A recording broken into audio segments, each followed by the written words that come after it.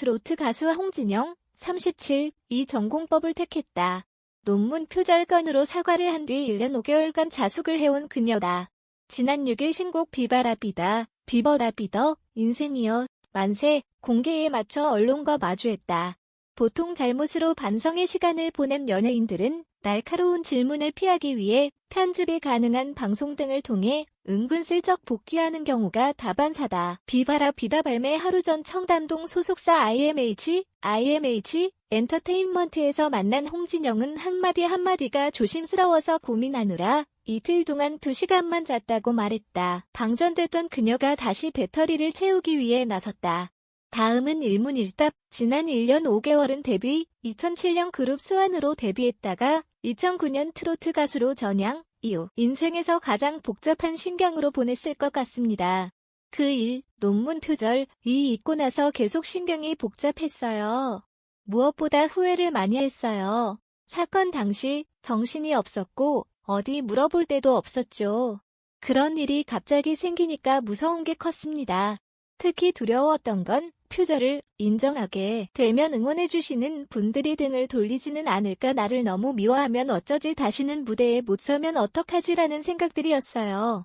조언을 구할 데가 없으니 표절이 아니라고 변명을 했던 거죠. 당시 해명하면서 쓴 관례라는 표현도 그런 표현을 쓰면 안 됐는데 무서웠던 것 같아요. 이렇게 이야기하면 봐주시지 않으실까 혼자 생각한 거죠. 그런 부분이 그간 쉬면서 계속 후회로 남았어요. 이미 일어난 일이니 주워 담을 수도 없고. 많은 분들에게 죄송했습니다. 본래 끼가 많지만 한류 콘텐츠의 문제점과 해결책을 주제로 박사 논문까지 받으면서 다방면으로 노력한다는 인정과 함께 호감도가 더해졌습니다. 게다가 다양한 예능 프로그램에서 이를 알리기도 했으니 이 부분에 대한 책임은 확실히 져야 할 것 같아요. 상당수 대중이 배신감을 느낀 건 사실이니까요. 방송 프로그램에 출연할 때마다 제작진이 논문에 대해 어필을 했으면 했어요.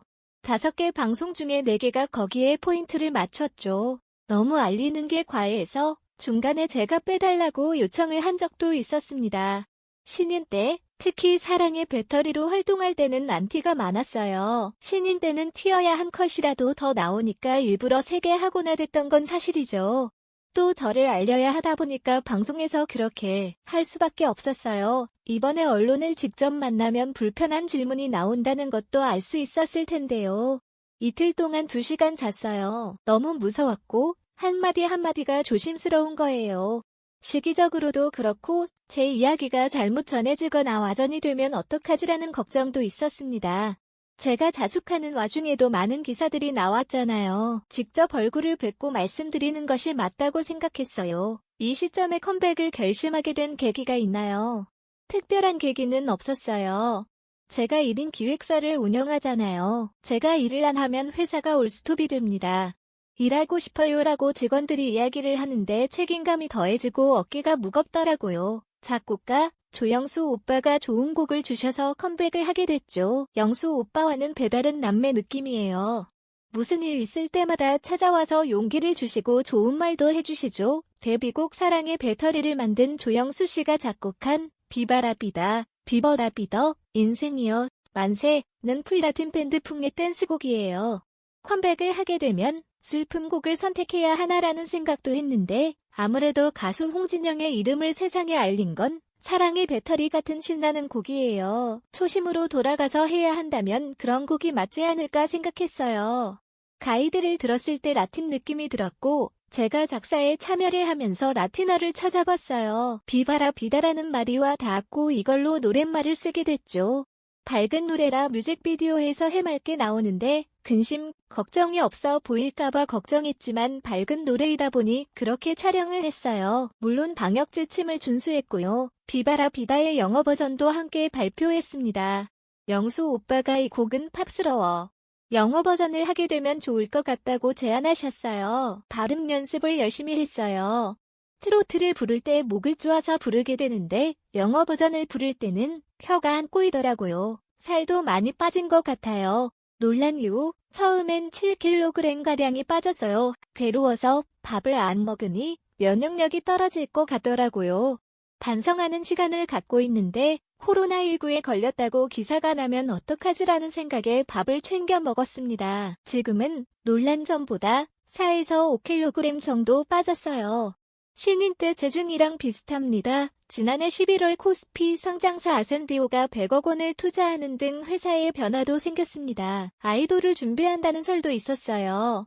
이렇게 된 이상 아이돌을 제작하는 것도 나쁘지 않는다는 생각이 들었어요. 예전부터 프로듀싱을 하고 싶었거든요.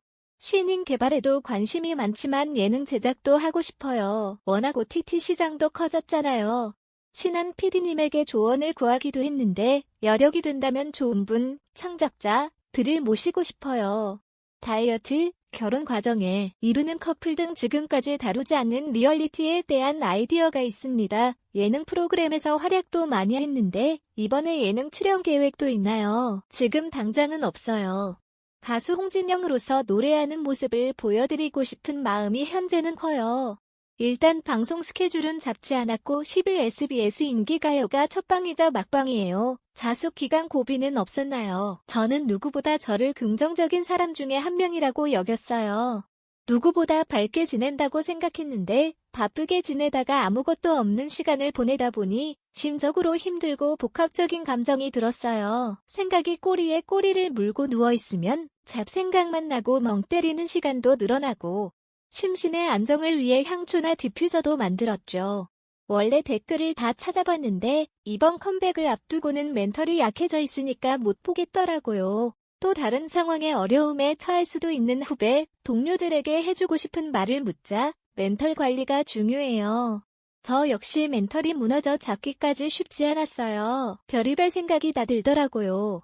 10여 년 동안 쌓아온 것이 한순간에 물거품이 된다고 생각하니 제가 없어진다는 생각까지 드는 거예요. 저 병원에도 다녔어요. 숨도 안 쉬어지고 온몸에 식은땀이 흐르는 공황증 새끼가 있었어요. 약을 먹으니 괜찮더라고요. 병원을 가는 게 가장 좋은 방법이에요. 의사 선생님이 상담도 잘 해주시고요. 지금은 병원에 안 가고 있어요. 최대한 마음의 안정을 찾고 멘탈 관리를 하고 있어요. 홍진영에게 노래를 부른다는 건 어떤 의미가 있습니까? 노래를 못 부르면 산소가 없는 것과 똑같아요. 어릴 때부터 가수가 되고 싶었잖아요. 논란 이후 노래를 못하며 어떡하지라는 두려움이 제일 컸어요. 앞으로 다른 분들을 돕는 좋은 취지의 공연이 있으면 많이 참여할 생각이 있어요. 이번 음원을 준비하면서는 큰 욕심이 없어요. 한 발짝 한 발짝 신인 때 임했던 마음가짐과 자세를 생각하면서 준비했어요. 이번 곡을 들으시고 가수 홍진영이 괜찮더라는 생각만 해주시면 다행일 것 같아요.